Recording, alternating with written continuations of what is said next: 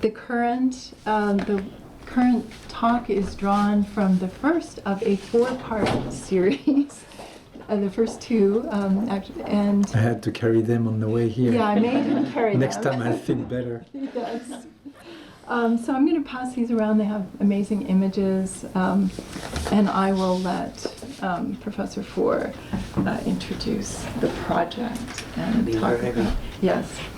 So, please welcome Professor Bernard Faure. Thank you. It's my pleasure to be here on such a beautiful day. First time in Calgary. Okay, since you were mentioning my books and since we're in Canada where there might be some French-speaking people, yes. I might mention that I just recently published a book on, it's entitled in English, let's say, The 1,001 Lives of the Buddha. So it's like an attempt to really look at the life of the Buddha from a rather different. There have been many so-called biographies of a so-called historical Buddha so far. So my project is to be saying that, well, all we have about the Buddha are legends, basically. And therefore, if we are really dealing with legends, why simply, the whole idea was to look at the Buddha, trying to get as close as possible to the historical Buddha by focusing on India. But if we're dealing with legends, I thought, okay, there's no reason to just stay in India. You can, as you know, legends are interesting wherever you find them. So in China, Japan, Korea, and so on. So that's a whole book, and not only in the past, actually in the present too. So I go all the way down to some of you may have read Hermann Hesse, Siddhartha, or I even use science fiction. So and manga, the famous Tezuka Osamu. So anyway, that's for the French speaking.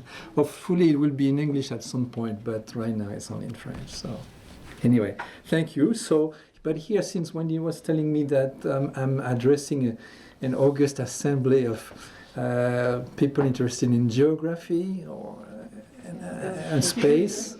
So I thought I was going to, well, this is not really my field at all, but I thought I would try to talk a little bit about something that is spatially related. So that's, the title I gave to this talk is Between the Devil and the Deep Blue Sea, which is the title some of you may know of a song. I never could find out what the origin of the expression is. I understand the meaning, but I'm not too sure where it's coming from. If anyone has a clue. But I thought, in a sense, it fit relatively well what I want to be talking about today. So, and I apologize for reading the paper. It's only a way for me to keep track of time. Otherwise, I tend to talk too much. And we have only 2 hours. So everyone knows that Japan is an archipelago, but few realize what this implies. Some may be surprised to hear that this archipelago is composed of between 3,700 and 6,900 islands of all sizes, and with a littoral of about 28,000 kilometers. In other words, no place is very far from the sea.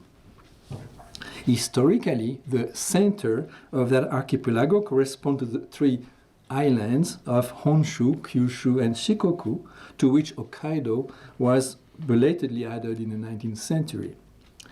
As a result, the multitude of smaller islands was downplayed or even forgotten in official documents. Some of them, like Sado, Kikaejima in the Amami Islands, resurfaced in history as places of exile, an antechamber of death, always from the point of view of the mainlanders, never from that of the islanders themselves. Some islands were perceived as sacred places, like Okinoshima and Itsukushima, and the land of the dead, like Matsushima, which, before becoming a touristic site, was essentially a graveyard. Matsushima is famous from Basho's poem, Matsushima, the famous poet. And Itsukushima is famous today as Miyajima. Some of you have been to Japan, right? You've seen this story in the water, right? The gate of a shrine in the water. So very famous. Until the Japanese historian Amino Yoshihiko, most of the histories of Japan have been land-based. By emphasizing sea circuits and non-agricultural production, Amino reminded historians of the archipelagic nature of the Japanese territory. This maritime view of Japan is just beginning to change our ways of thinking about Japanese religion. The consciousness of the territorial identity and uniqueness of Japan as so-called land of the gods developed hand in hand with a maritime imaginary in which mountains and the sea were often intimately linked. One of the poles of that imaginary was the mythological complex centered on the myth of the palace of the Sea King, the king of the sea, right? And its Buddhist and Taoist variants, the Naga Palace or Dragon Palace, and the Islands of the Immortals. The Islands of the Immortals, Pengla in Chinese or Horai in Japanese, are the source of legitimacy, immortality, and knowledge. The Japanese saw their country not only as the land of the gods, but also as a land where dragons live, thus as a much more ambivalent place. At another pole of this imaginary was the sea as a source of danger, namely foreign and demonic invasions. These fears were confirmed and amplified by the Mongol invasions of the 13th century and encouraged nativist and imperialist ideologies. Perhaps instead of one maritime imaginary, one should speak of a nebula of collective representations regarding the sea, for this vast expanse of water appears differently to people who live on it and to people who live inland, not to mention those who live in between, on the shoreline and on islands. The sea deities category paradoxically includes mountain deities. This is because mountains served as landmarks for navigation, and their deities were thus seen as protectors of navigation. On the other hand, sea deities and shrines disseminated along the coast and inland, most notably in the capital's region, which conversely lost some of its land-based nature to become increasingly dependent on its waterways. I'm talking about today, what is known today as Kyoto, right? To the point that it became a water capital. And this usually is not perceived in, people see Kyoto as really the center, mainland. The perfect mandala or cosmogram that was originally the template for Heiankyo, Kyoto, old name of Kyoto, was thus soon subverted by the movements of itinerant groups and was in a sense mobilized by its waterways, like the Kamo and Uji rivers, to a static, concentric worldview based on the cosmological model of the map or grid, responded another based on concrete routes and itineraries. Map is not territory, and the territory itself leaks through all its openings, in spite of the guards and soldiers posted at its key points. As Amino argued, the medieval period is characterized by an increasing mobility and decentering. This was already the case with the shift of state power to Kamakura, the town of Kamakura, but the shogunate was itself soon threatened by centrifugal forces. Kanto, the eastern Japan, had vanquished Kansai, Western Japan, but Western Japan made a strong comeback, not to say return with a vengeance, on the religious plane. By the end of the Heian period, 12th century, during the last days of the Ritsuryo state, the archipelago had been set into motion with the establishment of a network of waterways and the increasing demand for foreign goods that led to develop private trade with the continent, China, Korea. Chinese and Korean merchants played an important role in that domain, with powerful merchants like the Korean Chanpogo, who had established a thriving commercial network linking the archipelago with the continent in the 9th century. And later, on the Japanese side, with clans like the Ouchi clan in western Japan and the Ando in Tsugaru Peninsula up north.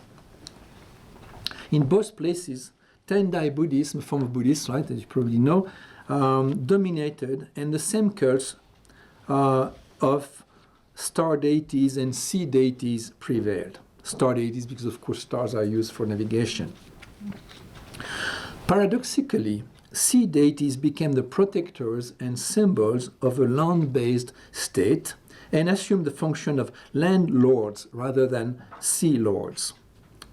As Tom Conlon, another former student of mine, sort of Stanford student, points out, the Ouchi clan the Ouchi clan landed or terracentric lords were integrally linked into the seas. They did not depend on the sea lords, the pirates as they were called, but rather commanded them. These landed elites dominated the Shimonoseki Straits from 1392 to 1551, and they possessed the largest ships. The inland sea, Setonaikai, right, was a Houchi sea. Thus, the Houchi were both landed lord and sea lords, and presented, Conlon argues, a thalassocentric overcorrection to terracentrism. A lot of neologism there, right? Terracentrism. There will be more. Brace yourself. On the religious plan, they were instrumental in promoting the cult of deities such as Myoken, the deity of the pole star, who played, among other things, as I mentioned, an important role in navigation. Yet the notion of sea lords still implies, in my mind, that of a territory. And in that sense, the dichotomy between landed lords, terracentric lords, and sea lords might be misleading. It transformed the sea into a territory, or at best a network of routes. In order to, actually, speaking of neologism, I had found, I was really proud of myself. Moving from territory, I coined the word meritory, from mare, sea, right? Only to find out that someone else in island studies that recently also coined the term. So anyway, well, originality is vastly overrated, but the crossing of the Japan Sea, however, was no longer a relatively safe coasting, but an adventurous journey across the relatively unknown. Furthermore, the symmetric notions of landlord or landed lord and sea lord contrast with the viewpoint of itinerants who, according to Amino himself, saw things as ownerless. Right? So the sense of people dominating or owning the land, right, and people who don't. So I turn to the notion of the sea as space and place. From the archipelago's mainland, the sea was perceived as a vast empty space, an alien world. Of course, any empty space can become a place when it comes to be better known. Historians tend to study seas as places, not as space. As Jonathan Rabin points out, I quote, "People on land think of the sea as a void, an emptiness haunted by mythological hazards. In fact, the sea is just an alternative known world. Its topography is as intricate as that of land, its place names as particular and evocative, its maps and signposts rather more reliable," unquote. While there is truth in this, historians like Rabin, just quoted, by focusing on coasting and the development of sea routes crisscrossing the seas, have tended to reduce the unknown to the known and to think again in terms of territory, that is, land. Of course, today, the seas are conceived as maritime territory, fiercely disputed by neighboring states. Of course, as you've read about problem in southern China Sea and so on. But such has not always been the case. At the time of the first crossing to Tang China, from Japan to China, things were not quite as well delineated, and embarking meant entering an unknown or little-known world. Admittedly, as the Japan Sea became crisscrossed by sea routes, it lost some of its mysteries and its frightening power. Yet this power reasserted itself periodically with every storm, let alone tsunami, when the generous sea suddenly became an angry demon. Even more so in ancient times when navigation was rudimentary, any storm could transform the sea from a relatively familiar place into an utterly alien and threatening space. The deep blue sea, that's the title, right, can thus turn fairly quickly into a coal black sea. That's a reference to Lou Reed's song. If some of you are, like Lou Reed, there's a song called "The Coal Black Sea." Good song, by the way. The sea between Japan and China was particularly dangerous, and there are many stories of shipwrecks, as well as of storms suddenly appeased by prayers or offerings to an angry sea god. The case of the Chinese Vinaya monk Dianzhen, better known in Japanese under his Japanese name Ganjin, living from 688 to 763, who reached Japan in 754 on his fifth attempt after having survived several shipwrecks and becoming blind in the process, is significant in this regard. If the inland sea, and by extension the Japan Sea, can be described as an East Asian Mediterranean of sorts, it is not only as a locus of commercial exchanges.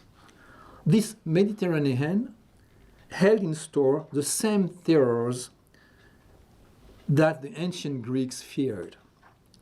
The sea was not just the enchanted land of the dragon kings, it was also a place swarming with monstrous creatures, some of them so powerful that they could shake the archipelago. There's a legend that the Japanese archipelago is resting on the back of a huge catfish, kind of monster, and that which causes earthquakes periodically. This still might no longer prevalent, but it's still the 19th century at least. These terrors could, to some extent, be assuaged by rituals that would transform monsters into protectors. To give just one example, the Indian deity Kumbhira, or Kumbhira in Sanskrit, worshipped as a god of navigation on Shikoku Island, was originally an Indian sea monster known as Makara. And some of you might be familiar with the representation in India of this monster. You find them in many monasteries, in architecture. Even when it is peaceful, the sea looks very different to sedentary people, to traveling traders and occasional travelers, and to seafarers and to fishermen. Thus, depending on circumstances, it could appear in the Japanese imaginary either as a space or a place, as a landscape, or rather a seascape, of fear or of hope. Mythological discourse, however, reflects the ideology of landed powers. In spite of its vastness and of references to the Dragon Palace, the sea and the ocean, as such, are almost absent of the worldview of the Japanese. Because our sources are so land-centered, it is hard to see the marine, okay, thank you. I'll never know these things. I tend to use the English, what I think is the English pronunciation, when it's just simply the French pronunciation, which I could, anyway. So it is hard to see the marine element even when it is there. In this sense, the lip service paid to the Japanese archipelago and its islands may not be sufficient. The notion of archipelago itself is still too land-based in the views of recent island studies scholars. A new approach is needed that allows us to avoid grounding Japanese sea deities. As one scholar of island studies, Godfrey Baldacchino, puts it, I quote, "We really need to get wet," unquote. A recent neologism aimed at enriching the notion of the Japanese archipelago is Japonesia, based on the name of archipelagos like Micronesia and Indonesia. Japonesia designates a world in itself, where insularity is perceived as a mode of life and a culture. It includes, in particular, all the islands of what is today called San-in, or Japan's reverse, Ura, which actually was formerly its front, or mote, based by the Aoshio current, right? From Tsushima and Oki in the south to Izumo and to Wakasa Bay and Noto Peninsula and Sado and Okuriku coastline. It has often been noted that, contrary to other Asian archipelagos, the coast dwellers of Japan seem to have turned their back to the sea, even when they live by and from it. But they also turn their back to the mountains, with the exception of certain religious practitioners, most notably the so-called Shugenja, practitioner of Shugendo, right? The ascetic practices in the mountain. This remark must be qualified, however, as it applies mainly to the people living on the four main islands. For the medieval Japanese, both the sea and the mountains constituted other worlds that mirrored each other. Villages on mountainous coastlines were, in a sense, hedged in between mountains and the sea, and at the same time mediating between them. Mountains served as landmarks for seafarers and were therefore worshipped as protectors. Because mountains were close to the coastline, because mountains close to the coastline offered a unique view on the sea, the mountain deity was often perceived as having jurisdiction over the sea. Mountains also played a crucial role in agricultural society as source of water for rice fields, and mountain deities were also agricultural deities. The parallelism between sea and mountains and their respective deities might be better understood through yet another neologism, Zomya. You ever heard of Zomya? Because it's used in all Asian field now. The term, coined by James Scott, designates the highlands that extend from the Himalayas to Southeast Asia, whose populations remain relatively beyond the control of lowland-dwelling rulers. Thus, according to Scott, mountains were shelter zones that served as a refuge for people who had run away from state power. According to Philippe Pelletier, I quote, schematizing, one could say that the sea, maritime and insular space, is to Japanese society what the mountain is to the rebel peoples of Zomya, so well described by James Scott with regard to Southeast Asia. Scott's vision is somewhat idealized, however, in the sense that people do not always choose to migrate to upland areas, but they were forced to do so. Furthermore, upland areas are not entirely beyond the reach of the state. If you can see today, for example, in Burma and other places, the same criticism may apply to Amino, who described those who in medieval Japan embarked on an itinerant lifestyle, while others, I quote, resisting the pressures imposed by their rulers, took it upon themselves to abscond either individually or en masse, collectively, and mingle with the mountain and forest, unquote. So, Hokkaido, in particular, long served as Japan's Zomya, offering a refuge to the Ezo, or today's, people who are called today as the Ainus, right? The Ainu. According to medieval legend, Minamoto no Yoshitsune, a very well-known figure of Japanese history and legend, pursued by the men of his brother Yoritomo, the founder of the shogunate, flew on a heavenly horse from the Tsugaru Peninsula in the north to Hokkaido.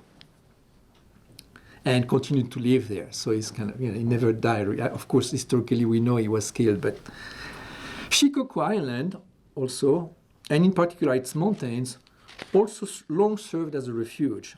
During the Meiji Restoration in 1868, many Buddhist statues escaped destruction by being secretly taken to the mountain temples of Shikoku. As you know, during the so-called Meiji Restoration was actually more like a cultural revolution, and Buddhism was perceived as foreign religion that needed to be ousted. It soon came back, but anyway, a lot of statues and temples were destroyed or transformed into Shinto shrines. Mountains in the sea were not perfectly symmetrical, however, and with time, this asymmetry became more pronounced, in particular with the development of Shugendo, this form of religion I mentioned before. Mountain religion. The space of the mountain was easier to turn into a place, and in particular a place of worship, than that of the open sea. The feelings of awe and sublimity inspired by the mountains do not offer an exact counterpart to the oceanic feeling inspired by the sea. As Anne Bouchy, French anthropologist, points out, the other world of the mountain is a replica of the other world of the sea, but, I quote, multiplied, localized, and materialized through its fixation on summits. So you have the sea, which is really broad and vague, and mountain is definitely more easy to locate, right? The case in point that she studies is the cult of the deity Sengen on the coastline of Kii Peninsula. She has shown, Anne Bouchy has shown in particular, the process through which this cult, originally that of an anonymous sea deity, shifted from the shoreline to the monastery Kongoji on Mount Asama, towering above Ise city, and Ise shrine, and eventually merged with that of Sengen Dai Bosatsu, also read Asama, a Buddhist reinterpretation of the goddess, the Shinto goddess, or kami, Konohana Sakuya Hime, the deity of Mount Fuji. The transition was made easier by the homophony of the two names, Asama, written with different ideograph, different kanji. Asama seems to have been a general name for sacred mountains, actually. The cult of Mount Fuji, started by an ascetic named Matsuda Shonin in the 12th century, spread to Western Japan in the 14th century. So Mount Asama, in Ise Peninsula, towering, as I say, above Ise city and its shrines, was perceived as the land of the dead. This is still true today, where hundreds of wooden commemorative markers line the path toward Kongoshoji Inner Sanctum. Kongoshoji, this monastery, is said to have been founded by Kukai, one of the cultural heroes of Japan, of course, a Buddhist monk who founded Shingon Buddhism, esoteric Buddhism. So, the monastery founded by Kukai after the star deity Myojo, that is Venus, the Bodhisattva Kokuzo, and Uhodoji, three tantric deities, manifested themselves to him as a ball of light that transformed into a golden bear. Sounds like Canadian folklore here. In one of the origin stories of the Sengen cult, the link, or rather the path, between the sea and the mountain was established by a legend according to which a small statue of Kannon, the Bodhisattva Kannon, Avalokiteshvara in Sanskrit, Bodhisattva of compassion, right, was once found on the back of a beached whale. It was first enshrined, this little statue, not the whale, the statue, was first enshrined in an oratory by the shore. But one day it flew to Mount Asama and was henceforward worshipped there. Things brought by the sea, whales, but also tree stumps, stones, even corpses, are often called, even today, ebisu. And they are seen, ebisu is the name of one of the seven gods of fortune also, ebisu. And they are seen as symbols of or manifestation of the sea deities. They are usually worshipped on small oratories on a rock overlooking the sea.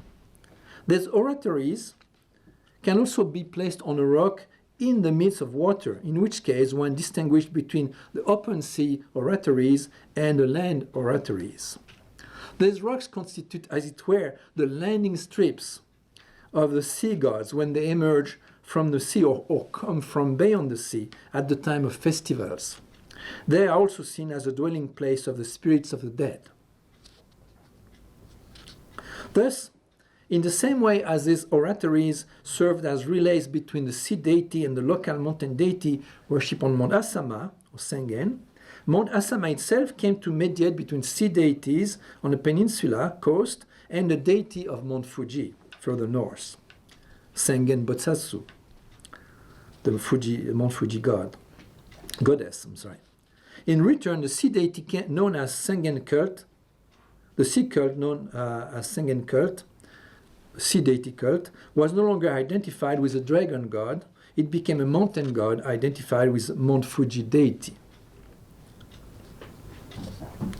So the point, however, is that with the spread of Mount Fuji Shugendo, the cult of a mountain deity came to be linked to that of the sea deities and gradually superseded it. In other words, the marine underworld lost its supremacy, even among fishermen, to the mountain otherworld. The territorial and sedentary worldview prevailed over the maritime and semi-nomadic worldview. The sea nomads, people who lived on the sea, resisted the evolution, but they gradually disappeared, and this led to an occultation of their maritime world. Right? So my whole point is that really the mountain has somehow replaced the sea in the Japanese imaginary. Now, I want to speak a little on this distinction between sedentary and nomad. Amino has argued that the so-called pirates, wako in Japanese, and bandits, akuto in Japanese, were in fact lords of the sea and lords of the mountains, places outside the jurisdiction of state power. So the Zomiya is where. Pirates were also controlling Lake Biwa, the big lake right in the center of Japan. Amino tends to idealize them, however, turning them into Japanese versions of Robin Hood.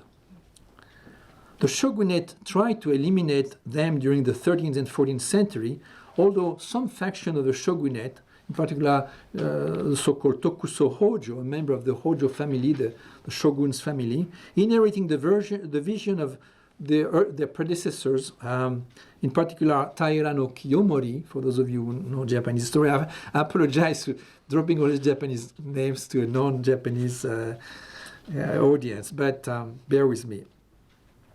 So some of these factions tried, on the contrary, to co-opt this. There's what?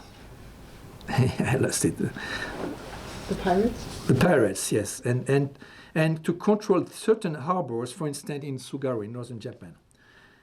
In this way, they were able to monopolize trade and diplomacy at the beginning of the 14th century, but not for long. While Amino and others have spoken of thalassocracy, so the rule of the sea, right, or over the sea, in the case of Japan, these terms misrepresent the nature of the relationship between the Japanese and the sea. The imperial and shogunal ideology, as you know, Japan had two centers of power, right? The emperor and the shogun, military ruler. So the imperial and shogunal ideologies were land-centered, more precisely lowland-centered and sedentary. They were opposed to the mountain and the marine expanses that bordered the lowland. They had lost contact with the sea, while remaining aware how much they were indebted to it. Whereas clans that control maritime ways, for instance the Hoichi I mentioned before, were turned toward the sea, whose roads, but also dangers, they knew. Even if they had littoral bases, they were still somewhat nomads, and their control was not in a strict sense thalassocratic. Those whose power derived from the sea are always more or less pirates and nomads, even if they become merchants in their spare time. Next to, now, external nomads, as I just mentioned, living on the margins of the imperial territory, there existed internal nomads, living on the margins or in the interstices of Japanese society. Halfway between nomadic and sedentary groups were transhumant groups like iron casters, pilgrims, and shugendo practitioners, in the itinerants who left temporarily their homes to wander on lands and sea routes. Land routes and sea routes, with their stations and harbors, were also the domain of a society of itinerants who lived to a large extent outside the law, or at least obeyed their own laws rather than those of the state. Their nomadic culture was in many respects opposed to the sedentary culture of the cities. According to Amino, the Kamakura period, so 12th to 14th century, was characterized by an antagonism between agrarian and mercantile conceptions. The former, the agrarian, eventually prevailed, unfortunately. The mercantile world characterized not only those who pursued profit and interest, the merchants, but also the so-called outcasts, the non-humans, hinin, or river dwellers, kawaramono, but also the evil types, akuto, and the pirates, kaizoku or wako, which were by no means as lowly, financially and morally, or debased as their name implies. Actually, well, like them, itinerants such as the blind monks and artists and merchants often lived on the margins of and poached on the domains of great religious institutions, monasteries and shrines.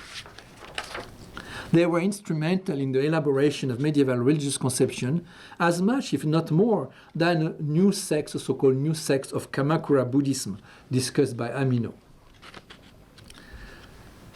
As you know, we know in the story of Japanese religious history, you have the ancient Buddhism of Heian, Kyoto, right, from 9th to 12th century. Then you have so-called new Kamakura Buddhism, which is seen as really the golden age of Buddhism.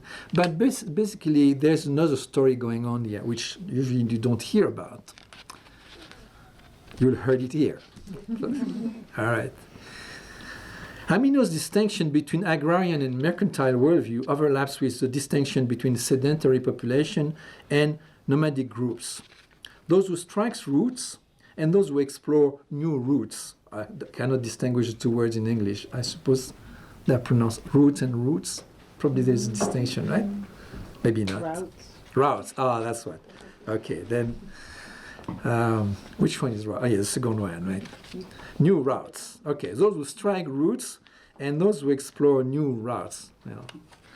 One shift thus almost seamlessly, just one vowel, really, right? From an archipelago nomadism, characterized by coasting from island to island and along the great inner axis formed by the inner sea and Biwa Lake, to the inner nomadism, in a social, individual, or psychological sense, of people that lingered on the margins or in the folds of an increasingly rigid social system.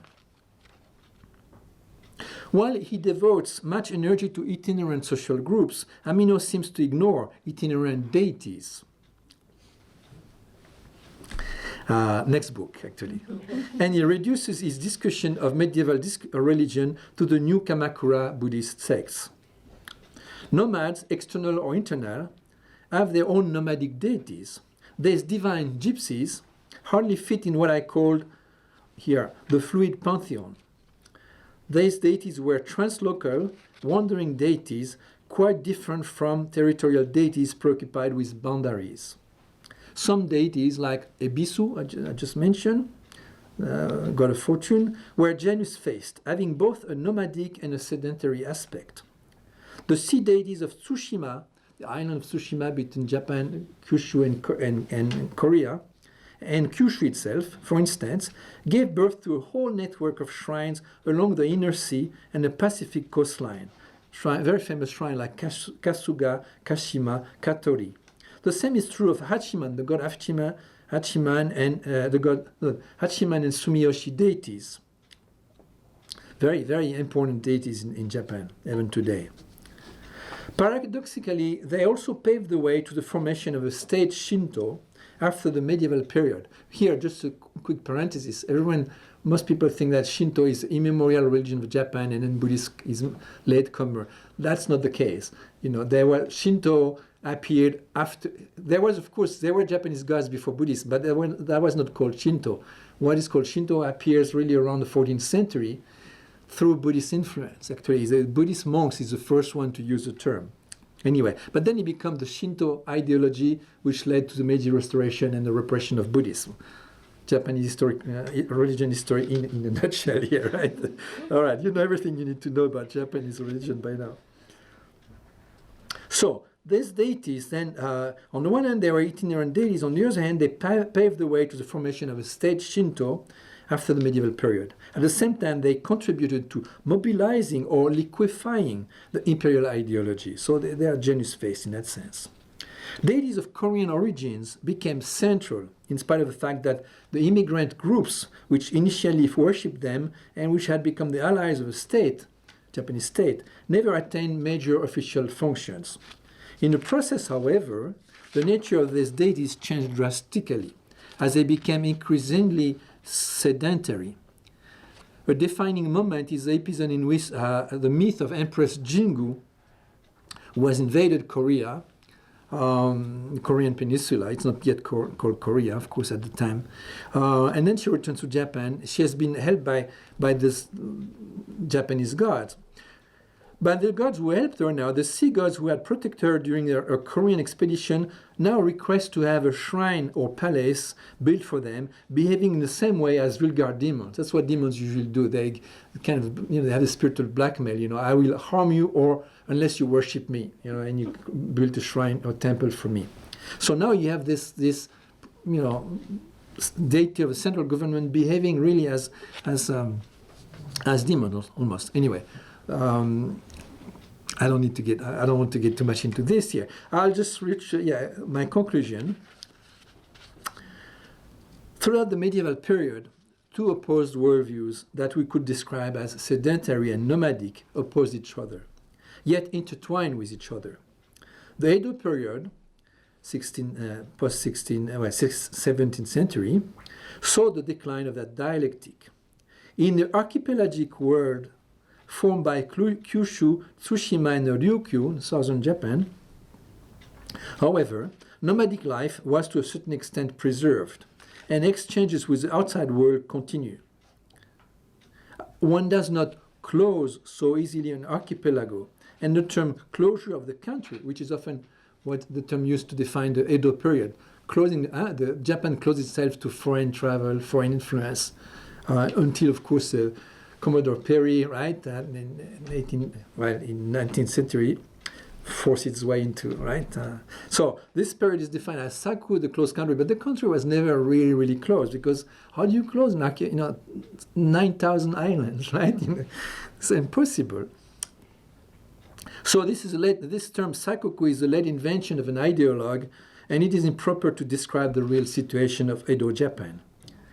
Historians have shown now that the closure of Japan under Tokugawa rule was not as complete as has long been believed. Yet it had far-reaching cultural and religious consequences. More than a political measure, it was also an attempt to seal the Japanese imaginary, which continued to macerate in a vacuum, in semi-isolation, occasionally bursting at the seams.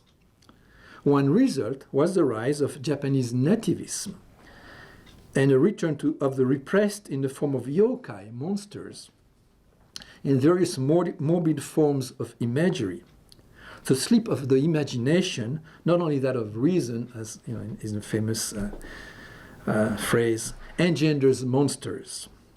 The Edo period was marked by the vogue of the hayarigami, deities in vogue, deities who appear that appear and disappear in a short time without being able to take root. To use another sedentary metaphor, right? They come into existence and disappear over a very short period of time. So the great creative momentum that had led to doctrinal, mythological, and ritual creations of medieval Buddhism was lost, with a few significant exceptions. After a long transitional period of creativity during the 17th century, Buddhism eventually lost the initiative to Neo-Confucianism and nativist Shinto, nationalist Shinto. A turning point was reached when, to quote one of my colleagues, William Bodiford, when secrecy ended. That is, when the religious reformers of Edo effectively put an end to the long history of secret transmission that, since the late Heian period and throughout the medieval period, had led to a proliferation of new myths and cults that soon left the precincts of monasteries and shrines. So you have this incredible explosion of myth and ritual during the medieval period. And all this secret transmission, oral traditions, in Tendai, in Shingon, esoteric Buddhism, that now comes to an end, pretty much so. Tokugawa religion, so-called Tokugawa religion, no longer stemming from Buddhist monasteries, shifted to popular cults of the so-called deities in vogue, Ayarigami I just mentioned. With a few exceptions, its maritime roots were forgotten as the Japanese ceased to travel the whole maritime routes. I learned the word today. Pronunciation. Thank you. Several. Well,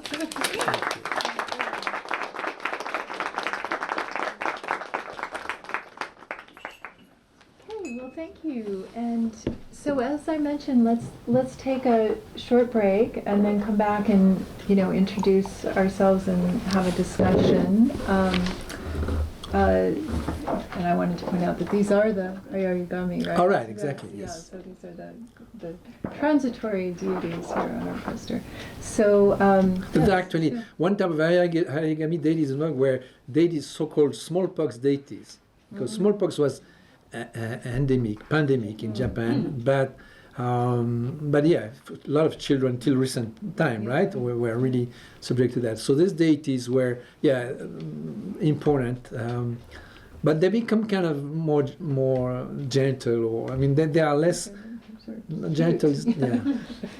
No, but in the medieval period, the epidemic deities, one famous deity called Gozu Tenno, the heavenly king with ox head or bull head, and he ravages, he kills, indiscriminately people. And in a legend, there's a legend of a Buddhist layman who this Gozu Tenno goes to India to find a wife, the daughter of a dragon king.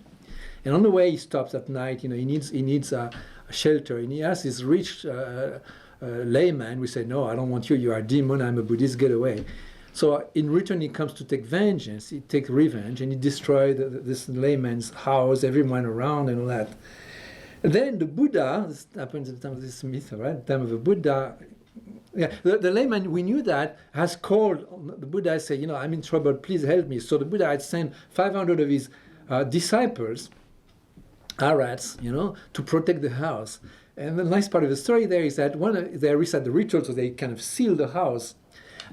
But this one older monk who's kind of fall asleep, as it happens when, we all know, right? So therefore he misses a few beats, and that creates an opening through which Gozu Tenno intrudes and kills everyone.